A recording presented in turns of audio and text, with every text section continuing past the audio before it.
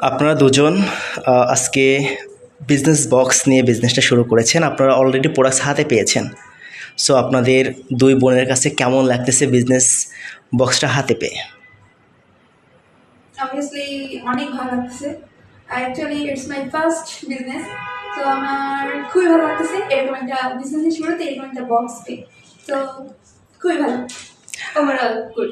তো আমি যতটুকু জানি যে আপনারা দুইজনে মিলেই হচ্ছে টাকাটা অ্যারেঞ্জ করে দেন বিজনেস শুরু করেছেন। সো আপনারা আসলে মানে প্যারেন্টসের হেল্প ছাড়াই শুধুমাত্র নিজেরাই কেন চেষ্টা করে শুরু করেছেন?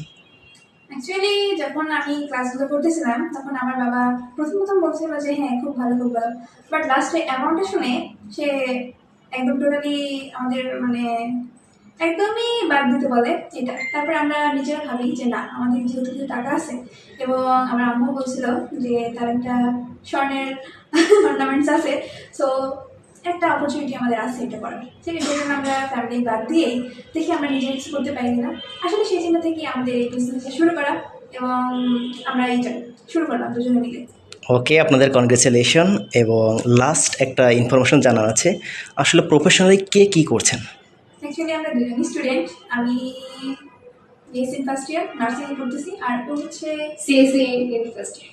ওকে সিএসসি এই তো, মানে দুজনই students. Okay, so congratulation. Thank you.